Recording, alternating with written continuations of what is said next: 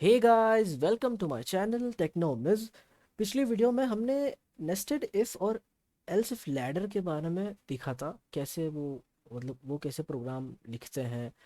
उन उन चीज़ों के बारे में हमने स्टडी किए थे और हमने सीखा था कि वो कैसे लिखते हैं। ठीक है। तो हम अपनी जो कंटिन्यूटी कर रहे थे ना, हम कि हमारा इफ़ चल रहा था। तो हमने इफ़ देख लिया, हमने एल्स हो गया अपना एक वीडियो में, फिर एल्स इफ भी हो गया। और हम पिछली वीडियो में स्विच देखने वाले थे, बट मैंने क्या किया, आपको स्विच से पहले एक होता है नेस्टेड इफ और एक होता है एल्स इफ लैडर। तो मैंने आपको वो दोनों चीज़ भी मेरी पिछली वीडियो में बता दी है। अगर आपको वो जानना है तो आप मेरी पिछली वीडियो देख सकते हो। ठीक है। तो चलिए, अब हम हमारा ये इफ के जो टॉपिक था इसको क्लियर कर देते हैं, ख़त्म कर देते हैं। स्विच स्विच को स्टडी करेंगे आज हम। ठीक है।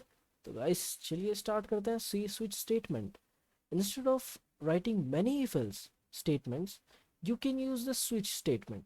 यानी आप बहुत सारे इफ एल स्टेटमेंट के बजाय, मतलब आपको पूरा, मतलब जैसे मैंने आपको बताया था ना, नेस्टेड इफ में और इफ एल्स लैडर में, उसके अंदर कितने सारे इफ एल्स थे ना। मतलब ये नहीं हो रहा तो फिर ये प्रिंट करो, ये भी नहीं है तो ये प्रिंट करो, ये ट्रू नहीं है तो ये प्रिंट करो, ये फॉल्स है तो ये प्रिंट करो।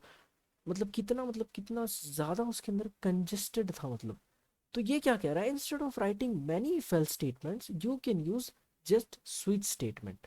समझ रहे हो। The switch statement select one of many code blocks to be executed. समझ रहे हो। यानी इसके अंदर ना हम बहुत सारे केसेस बना के हम अपना कोड को जो है रन कर सकते हैं। समझ रहे हो।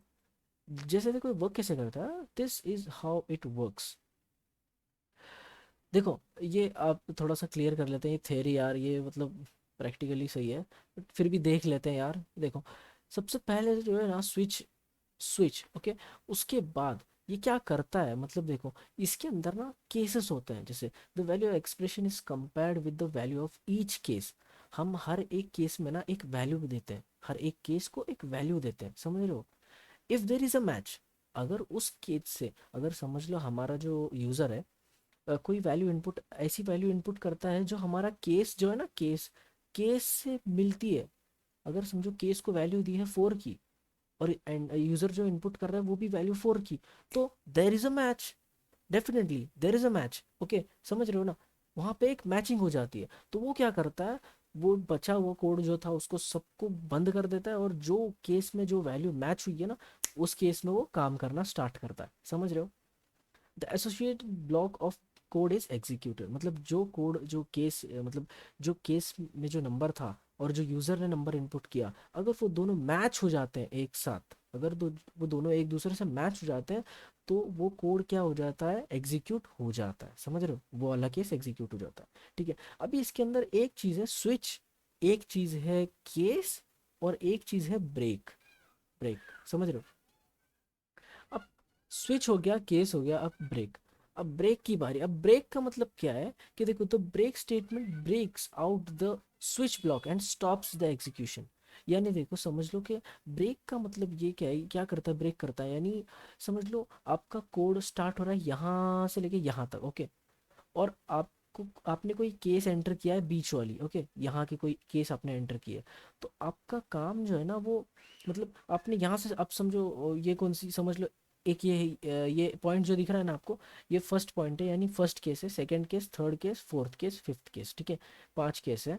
और इसमें से आप क्या कर रहे हो कि आपको चाहिए दूसरी केस। ओके। आप दूसरी केस में काम कर रहे हो। ठीक है।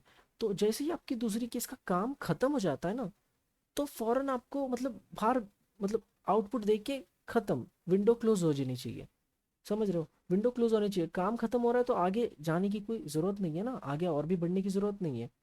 जो आपको चीज चाहिए थी, जिस केस में जो चीज थी, आपको वो मिल रही है बस। आगे के केस ने आप आगे का केस आपने सेलेक्ट किया नहीं, तो वो आगे के केस में आपको ले जाएगा भी नहीं। तो वो क्यों नहीं ले जाएगा, इस ब्रेक की वजह से वो नहीं ले जाएगा। ये ब्रेक स्टेटमेंट क्या करती है, कि जो केस आपने सेलेक्ट किया है उसके बाद अगर आपने ब्रेक स्टेटमेंट आपने इनपुट की होगी कोड के अंदर, तो वो क्या करता है, एक स्पेसिफिक केस जो होता है ना, समझ लो ये एक केस है। ओके, ये एक लाइन, जो दो लाइन है ना, एक केस है, और आपने यहाँ पे एग्जीक्यूशन की जगह पे अपना ब्रेक टाइप किया है, तो वो क्या करेगा, आपकी दो लाइन में काम हो गया खत्म, ब्रेक यानी यहाँ पे रुक गई, यहाँ पे खत्म, यहाँ पे रुक जाएगी, आपको आगे नहीं जाने देगा, आपको आगे के जो ये जो स्टेटमेंट्स थे आपको शो नहीं होगा, बस मतलब वहाँ पे खत्म, ब्रेक यानी वहाँ पे रुक जाओ, खत्म। वो क्या करेगा, वो आगे की चीज़ों को ब्लॉक कर देगा वो, और आपको मतलब कंटिन्यू कंटिन्यू कंटिन्यू एक लूप में नहीं फंसा देगा, मतलब आपको एक एंड, एट द एंड जाके आपको वो रोक देगा, ब्रेक, समझ रहे हो। हाँ ठीक है, अब हो गया ब्रेक। अब इसमें और एक चीज़ आने वाली है, वो है डिफ़ॉल्ट स्टेटमेंट इज़ ऑप्शनल। ये वैसे एक ऑप्शनल है, बट फिर भी यूज़ कर लो, सही है, मैं रेकमेंड कर रहा हूँ यूज़ करो। The default statement is optional and specifies some code to run if there is no case match. अब देखो यहाँ पे क्या हुआ, केस, ओके, केस में हम एक वैल्यू देते हैं, ठीक है, समझ रहे हो, हर एक केस को, हम जितने केसेस लेंगे हर एक केस को एक वैल्यू देंगे। जैसे समझो हमने 1 से लेके 10 तक केस बनाए हैं, और हर एक को वैल्यू दी है 1 2 3 4 5 6 7 8 9 10, 10 तक की, ओके, यहाँ तक आपका क्लियर है। अब यूजर क्या करता है, 1 से लेके 10 के जितने केस है ना, उन 10 केस के बीच में कोई एक वैल्यू एंटर नहीं कर रहा, वो कोई मतलब कोई बाहर की वैल्यू एंटर कर रहा है। जैसे 1 से लेके 10 तक की वैल्यू एंटर करनी है, बट वो 11 11 एंटर कर रहा है, 12 नंबर एंटर कर रहा है। 10 के अलावा जो है ना, 1 से लेके 10 के अलावा कोई जो भी नंबर एंटर कर रहा होगा, वो क्या होगा, मैच नहीं करेगा। वो क्या करेगा, जो केसेस थे ना हमारे, उनमें वो पहले स्कैन करेगा कि हाँ अच्छा, इसने क्या एंटर किया है, इसने नंबर एंटर किया है 11, ओके, 11 नंबर एंटर किया है, ये फौरन स्कैन करेगा कि हमारा जो कोड है उसके अंदर कितने केसेस हैं, और हर केस को कौन सी वैल्यू दी गई है। अगर कोई सी भी वैल्यू, अगर केस को कोई एक वैल्यू दी गई है जिसका जो 11 की वैल्यू है, तो फ़ौरन वो क्या करेगा, उसको कॉल करेगा, और वो फ़ौरन आपकी मतलब आगे का जो प्रोसेस है वो आपको आगे ले जाएगा। बट इन केस अगर आपने 10 की जगह 11 नंबर एंटर किया है, और वो मैच मिसमैच है, यानी समझ लो उसकी कोई मैच है ही नहीं, उस वैल्यू का कोई केस है ही नहीं, तो आपको क्या करेगा, एक डिफ़ॉल्ट स्टेटमेंट लास्ट में जो है ना, ये स्टेटमेंट होती है, और उसमें आपको कुछ मतलब जो आपको यूज़र को प्रिंट कराना होता है ना, जैसे इनवैलिड इनपुट हो गया, या फिर हम कभी कुछ एंटर करते हैं तो वो गलत हो जाता है, तो वहाँ पे लिखे आता है ना इनवैलिड इनपुट या wrong input, please enter the re input, you entered a wrong pin, you entered a wrong password, ऐसे आता है ना जब हम कोई चीज़ लॉग इन करते हैं या फिर कुछ करते हैं, तो उस वक्त हमें जो प्रिंट कराना है वो हम डिफ़ॉल्ट के आगे प्रिंट करा सकते हैं, ठीक है। होप कि आपको ये 3 4 चीज़ें जो भी थी ये क्लियर हो गए, ठीक है। अब देखते हैं यहाँ पे ये कोड। मैं ये कोड आपके लिए रिकमेंड नहीं करूँगा, दूसरा कोड मैंने लिख रखा है, वो बताऊँगा, ठीक है। अब ये देखते हैं द ब्रेक कीवर्ड।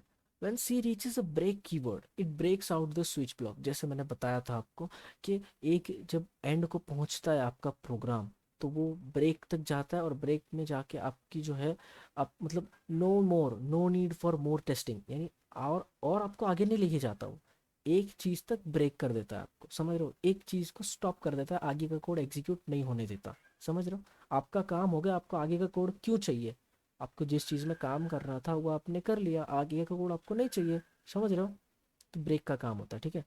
अब पढ़ते हैं डिफ़ॉल्ट कीवर्ड। जैसे बताया था, हम ये बस यहाँ पे एक्सप्लेनेशन हो रहा है, मैंने एक्सप्लेन ऊपर कर दिया है, समझ रहे हो। The default keyword specifies some code to run if there is no match, though no case match. अगर कोई केस में, जैसे समझ लो, हाँ अभी जस्ट तो बताया था यार, जैसे यहाँ पे एग्जांपल में देख लो, केस 6 दिया है, केस 7 दिया है, ठीक है, और अगर यूज़र इनपुट करता है केस नंबर 8, कितने केस है यहाँ पे, एक 6 का है, एक 7 का है, और अगर यूजर ने इनपुट करता है 8 नंबर, तो उसको क्या प्रिंट होगा, looking forward to the weekend, समझ रहे हो। यानी ये इन्होंने लिखा है, लेकिन हम वहाँ पे कुछ भी लिख सकते हैं, वो हमारी मर्जी होती है, ठीक है। अब देखते हैं note, the default keyword must be use at the last statement in the switch. Switch हमारा स्टार्ट होता है ऊपर, ओके, स्विच हमारा यहाँ पे स्टार्ट हो रहा है, देखो यहाँ पे स्टार्ट हो रहा है, तो सबसे लास्ट जहाँ पे अपना रिटर्न जीरो होता है ना, जहाँ पे स्विच खत्म कर रहा है, आपको खत्म जहाँ पे करना है स्विच को, उसकी लास्ट स्टेटमेंट आपकी होनी चाहिए डिफॉल्ट। आप यहाँ कहीं बीच में नहीं घुसा सकते डिफॉल्ट को, समझ रहे हो। And it does not need any break, यानी जैसे इन सब केसेस को एक ब्रेक की ज़रूरत होती है ना, 6, अब नंबर 6 के केस को एक ब्रेक, यानी इसका काम चलेगा इतने के अंदर, ये आगे नहीं पहुंचेगा, मतलब नंबर 6 नंबर 7 के साथ मिक्सअप नहीं होगा, समझ रहे हो। ब्रेक है ना इन सब के बीच में, एक एक तोड़ है, यानी एक ब्रेक है हर एक केस के बीच में एक ब्रेक है, समझ रहे हो। एंड और डिफ़ॉल्ट को जो है कोई ब्रेक की ज़रूरत नहीं है, समझ रहे हो। अब इतनी थियरी काफ़ी हो गई आपके लिए। अब मैंने एक कोड लिखा है, ठीक है। ये कोड ऑलमोस्ट कितने लाइन का है, 115 114 लाइन का है, ठीक है। तो मैं आपको यहाँ पे बताता हूँ, देखो ये कोड मैं इसको डायरेक्ट रन करता हूँ, ठीक है। अब यहाँ पे क्या पूछ रहा है, सेलेक्ट 1 2 3 4 5 6, ठीक है। 1 for greater, 2 for lesser, 3 equal to not equal to, 4 positive negative, 5 zero और नॉट जीरो, एंड 6 इवन और ऑड, ओके। मैं 6 एंटर करता हूँ, मुझे देखना है मैं जो नंबर एंटर करूँगा वो इवन है या ऑड है, ओके। तो 6 एंटर करता हूँ, मैं प्रेस करता हूँ एंटर। अब यहाँ पे मुझे क्या पूछ रहा है, enter number for checking even और ऑड। मैं एंटर करता हूँ 2, obviously 2 is a even number, so मुझे 2 इनपुट आ रहा है, 2 इज अ इवन नंबर बोल रहा है। अब मैं क्या करता हूँ, फिर से 6 एंटर करता हूँ और यहाँ पे मैं 3 नंबर ऐड करता हूँ, 3 नंबर मतलब टाइप करता हूँ और एंटर करता हूँ। तो क्या मुझे पूछ रहा है, 3 इज ऑड नंबर, समझ रहे हो आप। तो ये हुआ कैसे, तो देखो सबसे पहले हमें हमने जैसे इफ देखा था ना, एल्स इफ लैडर, उसी तरीके से है, बट कुछ चेंजेस इसमें है, समझ रहे हो। इंट ए एंड बी लिया हमने और चॉइस भी लिया है, ठीक है। अब जैसे मैंने आपको पिछली वीडियो में बताया था कि इतने सारे इनपुट पहले यूज़र को बताने हैं कि हमारे कोड में इतने सारे चीज़ें हैं। यहाँ पे यूज़र से इनपुट लेना है कि हम हमारे पास 1 से लेके 6 तक इतने सारे प्रोग्राम हैं, आपको अपना कौन सा प्रोग्राम देखना है, आप अपनी वैल्यू एंटर कीजिए, ठीक है। फिर यहाँ पे क्या हुआ है, स्कैन है, मतलब वो वैल्यू स्कैन हो गई और कुछ नहीं। और फिर यहाँ पे स्विच, ओके, स्विच का सिंटैक्स देखो कैसा है। सबसे पहले स्विच, उसके बाद जैसे इफ़ को है ना, 2 ब्रैकेट और उसके अंदर चॉइस। चॉइस यानी क्या, हमारा तीसरा वेरिएबल। मैंने चॉइस लिया है समझने के लिए, आप B C D X Y Z कुछ भी ले सकते हो, मैंने चॉइस लिया है, ठीक है।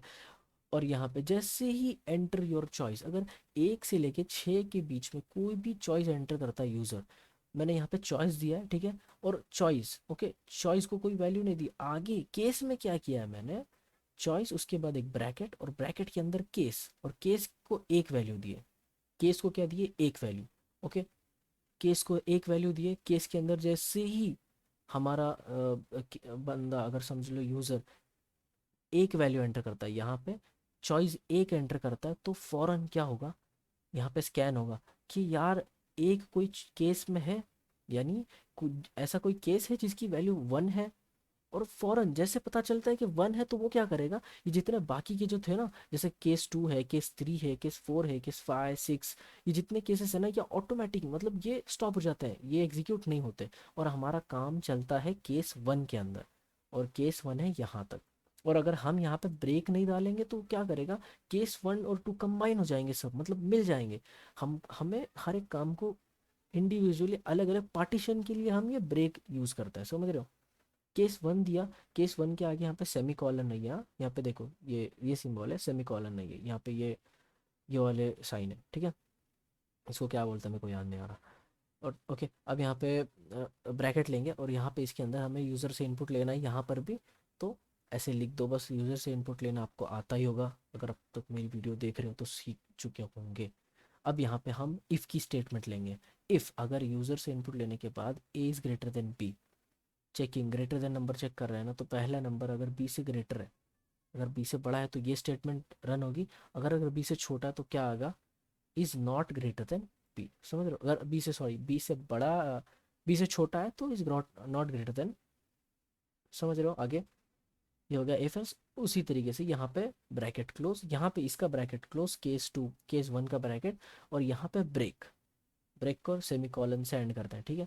ब्रेक सेमी कॉलन, उसके बाद case 2, same to same as it is, आप कॉपी पेस्ट भी कर दोगे ना, कोई फर्क नहीं पड़ेगा, बस थोड़ा बहुत चेंज करना होगा आपको अपने प्रोग्राम के हिसाब से, ठीक है। फिर यहाँ पे देखो, यहाँ पे वैल्यू दी है, यहाँ पे ऑपरेटर चेंज हुआ है, यहाँ पे बी इज ग्रेटर देन ए पूछ रहा है, वहाँ पे क्या पूछ रहा था, ए इज ग्रेटर देन बी, यहाँ पे बी इज ग्रेटर देन ए, ठीक है। उसी तरीके से सेम टू सेम केस 3 में भी देख लो, इक्वल टू के लिए डबल इक्वल टू वाली साइन, समझ रहे हो। अगर यहाँ पे मैं रन करता हूँ इसको और मैं चूज़ करता हूँ select number 3 two, I just want note कि मेरा जो नंबर है वो इक्वल टू है या नहीं है। So I am gonna select 3, okay. 3 select करते हैं और यहाँ पे देखते हैं हम, पहले नंबर एंटर करते हैं 20, उसके बाद एंटर करते हैं 20। अब दोनों इक्वल है तो आउटपुट क्या आ रहा है, 20 is equal to 20। Now I am just check कि मुझे वापस से चेक करना है, तो मैं जस्ट 3 प्रेस कर रहा हूँ और यहाँ पे मैं क्या कर रहा हूँ 20, और फिर मैं देख रहा हूँ 10। ये ऑब्वियसली यार ये दोनों इक्वल नंबर्स नहीं है, तो यहाँ पे क्या आ रहा है 20 इज़ नॉट इक्वल टू 10। समझ रहे हो? होप गाइस आपको ये स्विच समझ में आ गया होगा। ये बहुत इजी है यार, आप इसकी बस इसकी प्रैक्टिस करो, ये बहुत आसान है। आप ऐसे ही प्रोग्राम्स बनाते रहो, पॉजिटिव नेगेटिव। देखो यहाँ पे है चेकिंग ज़ीरो और नॉट ज़ीरो नंबर। अब मैं ये भी बताता हूँ ज़ीरो। अब ज़ीरो कौन से सिलेक्शन में है? वो 5 में है, ठीक है। अब यहाँ पे एंटर करेंगे 5। 5 जैसे एंटर किया, वो कह रहा है कि कोई एक नंबर एंटर करो, ठीक है। मैं यहाँ पे 2 एंटर करता हूँ, वो बोलेगा 2 is not a zero number. अब मैं क्या कर रहा हूँ, फिर से मैं 5 एंटर करता हूँ और मैं ज़ीरो एंटर करता हूँ। अब ये क्या कहेगा, zero is a zero number. समझ रहे हो? क्यों? क्योंकि ए इज इक्वल टू ज़ीरो दिया है। क्या क्या कि जब बंदा एंटर करेगा ना वैल्यू, वो value is equal to zero, double equal to zero. अगर वो वैल्यू ज़ीरो है तभी आगे ये प्रिंट होगा। समझ रहे हो? वरना नॉट ज़ीरो वाली स्टेटमेंट प्रिंट हो जाएगी। समझ रहे हो? उसी तरीके से इवन ऑड मैंने बताया भी आपको। और ये देखो यहाँ पे ब्रेक, हर एक में ब्रेक, ठीक है, लास्ट में। और यहाँ पे फिर डिफ़ॉल्ट में आपको रन करके बताता हूँ। देखो अपने पास कितने नंबर्स हैं, यानी कितने प्रोग्राम्स हैं, 1 2 3 4 5 6 प्रोग्राम बनाए हैं हमने। ओके। केस भी कितने हैं हमारे पास? 6 हैं। अब यहाँ पे क्या हो रहा है कि अगर समझ लो इन 6 में से अगर ये जो 6 प्रोग्राम्स हैं, इनके अलावा यूज़र क्या करता है, 7 नंबर प्रेस करता है, 7 नंबर एंटर करता है और हिट करता है एंटर बटन, तो क्या होगा? Invalid input. क्यों? क्योंकि हमारे प्रोग्राम तो बस 6 हैं। हमारे पास केस कितने हैं? हमारे पास केस भी तो लास्ट 6 तक है, और हमारे पास कोई 7वां प्रोग्राम भी नहीं है। तो सॉरी, आपने कोई गलत इनपुट की है। आप फिर से आपकी दोबारा आप इनपुट कर सकते हो, यानी इनवैलिड इनपुट यार, गलत इनपुट की ऑब्वियसली, ठीक है। सो गाइस इतना ही था स्विच की जो स्टेटमेंट थी इसके अंदर। मैं आपको ये भी सोर्स कोड मैं आपको मेरी वीडियो की डिस्क्रिप्शन में को प्रोवाइड कर दूंगा, ठीक है। सो गाइस होप कि आपको समझ में आ गया होगा। ओके गाइस, देन मिलते हैं अगली वीडियो में। वाइल लूप स्टार्ट होने वाला है अपना लूप। चलिए गाइस फिर मिलते हैं नेक्स्ट वीडियो में। तब तक के लिए take care, bye bye, see you. मिलते हैं नेक्स्ट वीडियो में।